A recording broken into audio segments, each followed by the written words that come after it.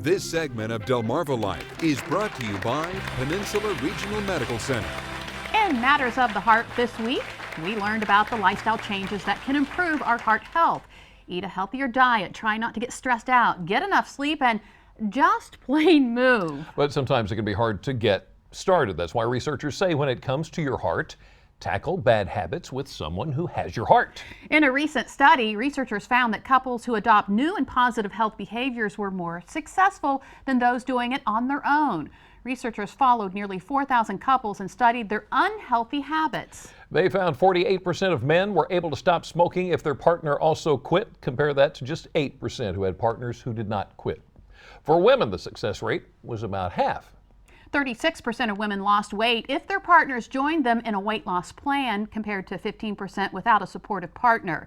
The men had a 26% success rate with a partner and 10% losing weight alone. Now, it's unclear why the relationship matters, but having some support may just be the secret to success. But it may actually go even deeper than that. So let's dig into this and talk about love for a moment. You know the feeling, the fluttering in your heart when that special someone walks into the room, the butterflies that swim in your stomach when he or she comes to mind. Have you ever considered the impact it can all have?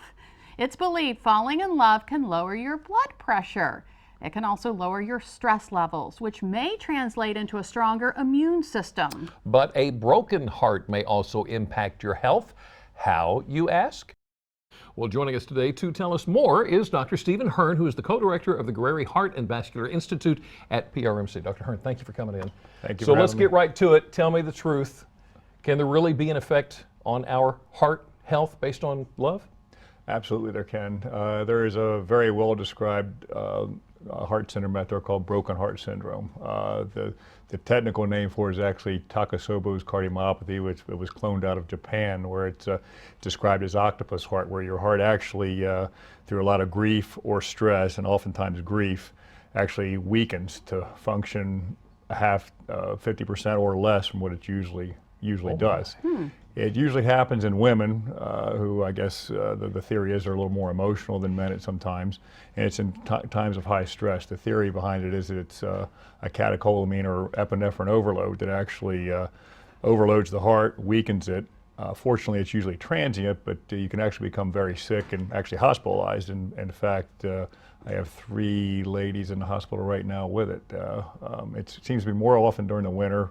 I think the darker months, it seems to occur more. So are you telling me you really can die of a broken heart? You absolutely can. We have seen it happen. You absolutely can. Now, are there any symptoms of a broken heart? They're very difficult to differentiate from a heart attack. In fact, they look like a heart attack. Sometimes the blood work reflects a little bit of heart damage, although milder than usually, a mild amount of damage than heart attacks, usual general heart attacks caused by blood clots. So the symptoms are very similar: shortness of breath, chest pain, inability to walk due to fatigue. The general symptoms of heart disease are applicable to the broken heart syndrome as well.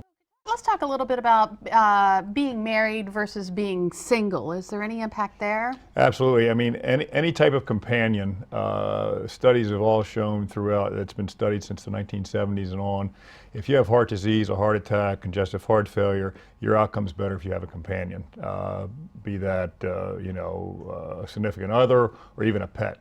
Pet owners, many studies have been done to show pet owners do better with heart disease than non-pet owners. So some other person or animal, I guess you could say, that's some object of affection seems to improve your outcome if you have heart disease. So there was a study that came out recently saying the same thing with exercise. If you have a companion to do it with, it's better for you.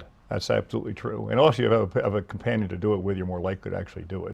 Things like kissing and intimacy, is that good for our heart health? Absolutely it is. I mean, if you're healthy enough for intimacy, sexual relations, of course I tell all my patients, as their doctor, whether they are or aren't, that also depends on their underlying heart disease. If you have severe heart disease, a very, very weakened heart, you're on a lot of medications, you run around with low blood pressure, then a lot of times you're advised no. But for the average heart patient that's had a heart attack, is functioning well, is back to work, by all means, it improves your outcome, improves your quality of life, and makes you live longer. All right, so like taking it a step further in the intimacy department, you're emotionally ready to go, but physically, you know, you might need a little bit of help, and there's medications for that. How does that help, or how is that with our heart health? Well, there are medications, and everybody's familiar with them. There is medications for men in particular for erectile dysfunction. Those are all come with a big black box warning from the FDA. So if you're on certain cardiac meds, mainly nitrates, or if you're taking sublingual nitro into your tongue for chest pain, the recommendation is none of those medications. The shorter acting medicines 24 hours, and the longer acting medicines 48 to 72 hours before or after you're going to use them. So you have to be careful, and you have to warn your patients on that, due to the fact if you take those meds with nitroglycerin, your blood pressure can drop. There are reported cases of people having heart attacks and even sudden death from taking them. So you have to, if you have a heart history, you absolutely need to speak with your physician, clear with your physician before any sexual relations. You're talking specifically men, but I think I've seen medications for women too. Are those safe? They are safe. The proof for those and the data for women is much less. I mean, there's not a lot of strong data out there. There's not a pill to get your wife automatically in the mood, right, as most men I think would like to have. It doesn't exist that I'm aware of. Yeah. But there are meds out there that have been tried, although not with the success of the medications for the males.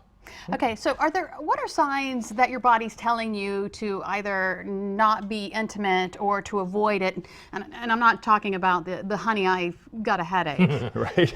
Well, the typical signs that you would find with anything. I mean, if you find you're having, you know, chest pain with exertion, or you're more short of breath than usual, or you get sweaty just going up the stairs, whereas 6 months ago you were able to do it fine, or you have to stop 3 times to go to the mailbox, those are all sort of classic signs that maybe something is wrong with your heart, and you ought to get it checked out, not just for intimacy, but just for overall general well-being. Right. There's really no age cutoff. I mean, you know, age is not a prohibitive factor at all. I mean, you know, I have patients well into their 80s and 90s that ask about it all the time, and they're very sexually active and happy. So there's no age cutoff. It's just the general symptoms that you have for cardiac disease you look out for intimacy, same sort of thing. If you've had those issues out in life, you need to get it checked out before.